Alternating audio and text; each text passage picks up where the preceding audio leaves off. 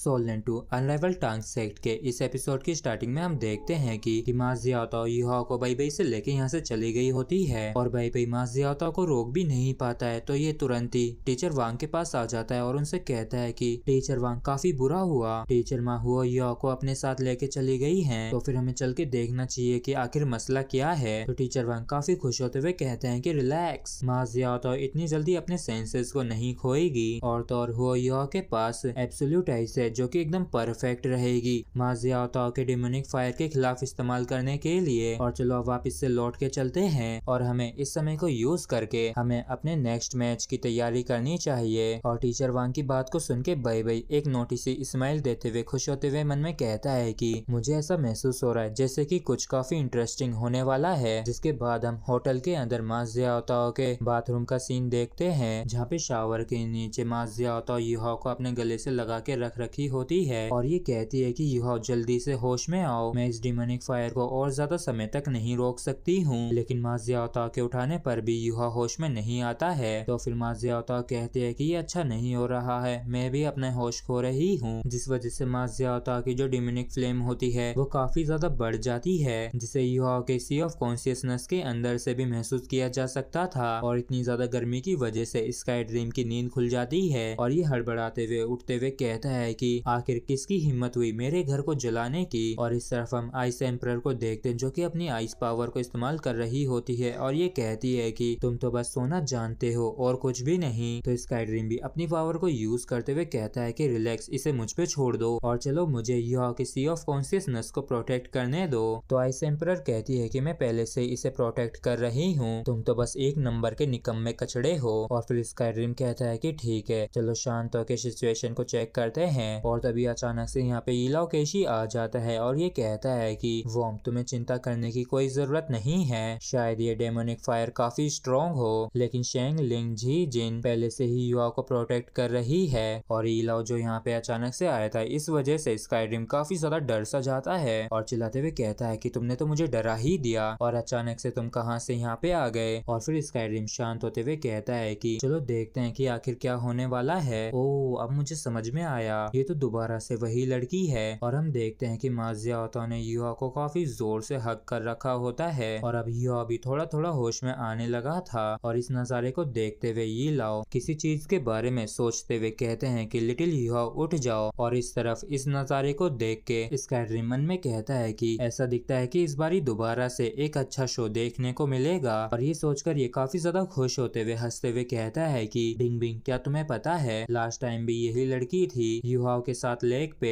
और भाई लोग आप लोगों को याद ना हो तो मैं बता दूं कि ये तब की बात कर रहा है जब माजियातो युहाओ को पहली बार ले गई थी। और इस तरफ ये लाओ बिना किसी रिएक्शन के चुपचाप युहाओ को ऐसे ही देख रहे होते हैं। और तभी स्काई ड्रीम और आइस एम्परर के आंख और मुंह दोनों ही खुले के खुले रह जाते हैं। और स्काई ड्रीम कहता है कि बिंग बिंग देखो माहौल गर्म हो रहा है। और इस तरफ बिंग बिंग काफी ज्यादा चौंकते हुए कहती है कि युहाओ आखिर तुम अपने हाथों को कहाँ रख रहे हो। और इस चीज को देखने के बाद भी ये लाओ कोई भी रिएक्ट नहीं करता है। और इस नजारे को देख के स्काई ड्रीम अपना मुंह दाब कर हंस रहा होता है और कहता है कि इसमें युहा की कोई गलती नहीं है बल्कि सिस्टर की है। और इस नजारे को देख के शर्म के मारे आइस एम्परर ने अपने हाथों से अपनी आंखों को बंद कर लिया होता है और कहती है कि ये इंसान तो सच में शर्म नाम की चीज भी नहीं जानते हैं। और इस चीज को देखने के बाद भी ये लाओ बिल्कुल भी रिएक्ट नहीं करते हैं और कहते हैं कि लगता है कि डेमोनिक फायर को काफी ज्यादा अच्छी तरीके से कंट्रोल में ले लिया गया है। और इस बारी तो स्काई ड्रीम काफी ज्यादा जोर जोर से हंसने लगता है और कहता है कि इस बारी तो मैं युहा के ऊपर काफी लंबे समय तक हंसने वाला हूँ। और इस तरफ आइस एम्परर ने शर्म के मारे अपना मुंह छिपा लिया होता है और ये कहती है कि मैंने कुछ भी नहीं देखा। और फिर हमें बाथरूम का सीन दिखाया जाता है जहाँ पे युहा और माजियातो अब भी एक दूसरे से काफी जोर से चिपके हुए होते हैं। और अब तो यहाँ तक कि ये दोनों पूरी तरीके से बर्फ में भी जम गए होते हैं। और ऐसे ही काफी समय बीत जाता है और देखते देखते रात हो जाती है। तो माजियातो युहा को उठाने लगती है तो युहा कहता है कि आखिर तुम क्या कह रही हो। तो माजियातो कहती है कि तुम अपनी आंखों को बंद कर लो और बाहर जाके मेरे लिए इंतजार करो। और फिर युहा यहाँ से चला जाता है और फिर हम फ्लोर पे कुछ आइस के टुकड़े पड़े हुए देखते हैं जिनमें माजियातो और युहा के कपड़े चिपके हुए होते हैं, मतलब कि बर्फ के टूटने के साथ ही इनके भी कपड़े फट गए। और युहा के जाने के बाद माजियातो ने अपने कपड़े बदल लिए होते हैं और इसे अब काफी शर्म आने लगी थी। और ये मन में कहती है कि ये जो फीलिंग अभी थी ये काफी ज्यादा एम्बेरेसिंग थी और ये मेरा पहली बार है जब मैं मैं इस चीज को फील की हूँ। और वैसे तो डिमोनिक फायर काफी अच्छी तरीके से कंट्रोल हो गई है, लेकिन युहा के सामने वो क्या था, मैं सच में अब उसका सामना नहीं करना चाहती हूँ। नहीं, मैं ऐसा नहीं कर सकती हूँ। मैं सीनियर हूँ, इसलिए मुझे फोकस करने की जरूरत है। और जैसे माजिया तो बाथरूम से निकल के युहा के पास आती है तो हम युहा को काफी डरा सहमा बैठा हुआ देखते हैं और तो इसे काफी ज्यादा शर्म भी आ रही होती है। और जैसे माजिया आती है तो ये कहता है कि मिस जियाओ मुझे माफ करना, ये मेरी ही गलती है, मैंने ये जानबूझकर नहीं किया था, इसलिए सच में मुझे माफ कर दो। और युहा को ऐसे रिएक्ट करते देख माजिया को ये काफी ज्यादा क्यूट लगता है, तो ये उसके बालों को सहलाते हुए कहती है कि ठीक है, वैसे भी ये मेरी गलती थी। और फिर माजिया युहा को बैठ जाने के लिए कहती है और माजिया के इस रिएक्शन को देख के युहा भी थोड़ा सा हैरान होता है और मन में कहता है कि लगता है कि सिस्टर माँ गुस्सा नहीं हुई है। और फिर माजिया युहा से कहती है कि तुमने कुछ भी गलत नहीं किया है और तुम्हारी बजाय मुझे ही तुम्हें सॉरी कहना चाहिए। और क्योंकि मैं डिमोनिक फायर के कंट्रोल में थी, जिस वजह से मैंने अपनी कॉन्शियसनेस को खो दिया था, जिस वजह से फोर्सफुली मेरी डिमोनिक फायर तुम्हारी बॉडी के अंदर चली गई। लेकिन ये काफी अच्छी बात है कि तुम ठीक हो। और इनकी सारी बातों को युहा काफी ध्यान से सुन रहा होता है और तभी माजिया चिल्लाते हुए कहती है कि लेकिन बाद में जो हुआ वो बस एक एक्सीडेंट था, सिर्फ एक एक्सीडेंट समझ में आया,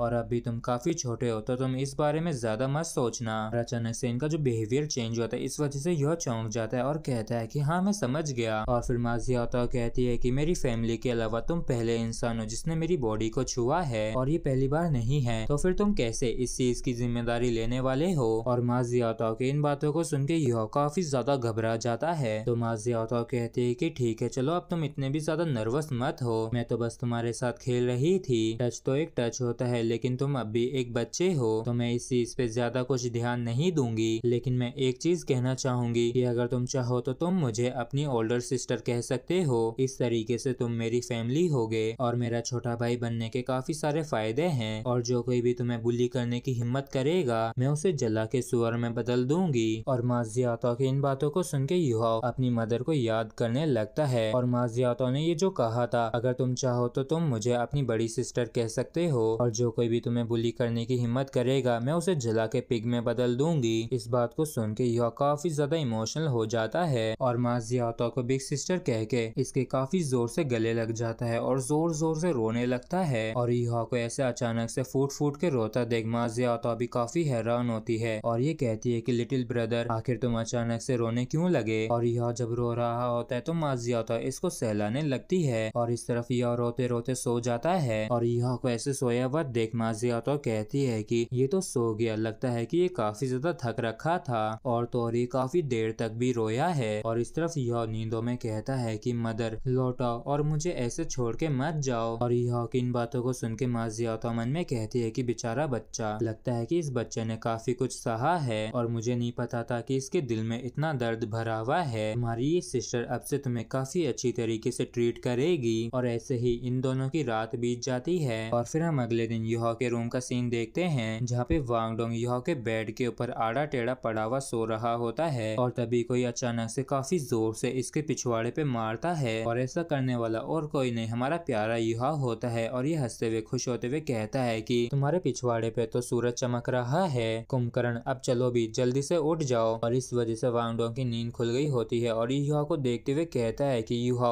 आखिर तुम कल रात कहाँ थे और तो और तुमने ये कपड़े पहले भी नहीं पहन रखे थे। तो यह कहता है कि मैं सिस्टर की मदद कर रहा था उनकी डिमोनिक फायर को सप्रेस करने में, जिस वजह से वो कपड़े खराब हो गए थे, इसलिए ही मैंने ये नए वाले पहन लिए। और सिस्टर को सुन के वांग डोंग चौंक गया होता है और ये कहता है कि ये सिस्टर क्या वही माजिया है, जिसपे यह काफी ज्यादा खुश होते हुए कहता है कि हाँ तुमने सही कहा, अब से मेरे पास एक प्यारी बहन है जिसकी मैं रक्षा करूंगा। वांग डोंग क्या तुम्हें पता है कि आज मैं कितना ज्यादा खुश हूँ क्योंकि आखिरकार मुझे दोबारा से फैमिली मिल गई है। और यह की ये बात वांग डोंग को तीर की तरह चुभती है और एक तरीके से इसका दिल ही टूट जाता है और इस वजह से ये काफी ज्यादा इमोशनल हो जाता है और मनी मन यह को इडियट कहते हुए कहता है कि तुम ऐसा कैसे कह सकते हो, तुम्हारे पास अब भी मैं हूँ। और वांग डोंग की इस बात को सुन के यह भी थोड़ा सा चौंक जाता है और कुछ भी नहीं कह पाता है। और वांग डोंग मन में कहता है कि यह इडियट, क्या तुम्हें नहीं पता है कि तुम कभी अकेले थे ही नहीं, मैं हमेशा से तुम्हारे साथ ही था। और वांग डोंग का ऐसा इमोशनल होता हुआ देख युहा उसे शांत करते हुए कहता है कि वांग डोंग बेवकूफ गधे, ये बिल्कुल भी सेम नहीं है, मैं सिस्टर ज्यादाओं से माँ की ममता को महसूस कर करता हूँ और हम तो ब्रदर्स हैं, तो ये कैसे सेम हो सकता है। और यूहा की इस बात को सुन के वांग डोंग की बोलती बंद हो जाती है और ये मन में कहता है कि इसने सही कहा और मैं ना जाने ये क्या करने लगा था। और फिर यूहा यहाँ से जाते हुए कहता है कि चलो ठीक है, मैं जानता हूँ कि तुम मेरे बारे में चिंता करते हो और चलो अब मैं जाके हाथ मुंह धो लेता हूँ, जिसके बाद हम टीचर वांग के पास चलेंगे। और फिर हम वांग डोंग को देखते हैं जिसे अब काफी ज्यादा शर्म आ रही होती है और ये मन में कहता है कि ये मुझे अब काफी ज्यादा गुस्सा दिला रहा है, बस तुम इंतजार करो, वो दिन भी जरूर आएगा। और जैसे यूहा रूम के बाहर आता है तो ये काफी ज्यादा घबरा सा जाता है और ये मन में कहता है कि अभी जो मेरे दिल में फीलिंग थी वो क्या थी, क्या वांग डोंग मुझे उस तरीके से देखता है, नहीं मैंने पक्का ये गलत सेंस किया होगा। चलो छोड़ो, मुझे इस फीलिंग को जल्द से जल्द भूलना होगा क्योंकि मैं एक नॉर्मल लड़का हूँ। और फिर हमें मीटिंग रूम का सीन दिखाया जाता है जहाँ पे टीचर वांग सीरियस होते हुए कहते हैं कि जो दूसरा मैच था वो भी फिनिश हो चुका है, जिसे सन मून किंगडम की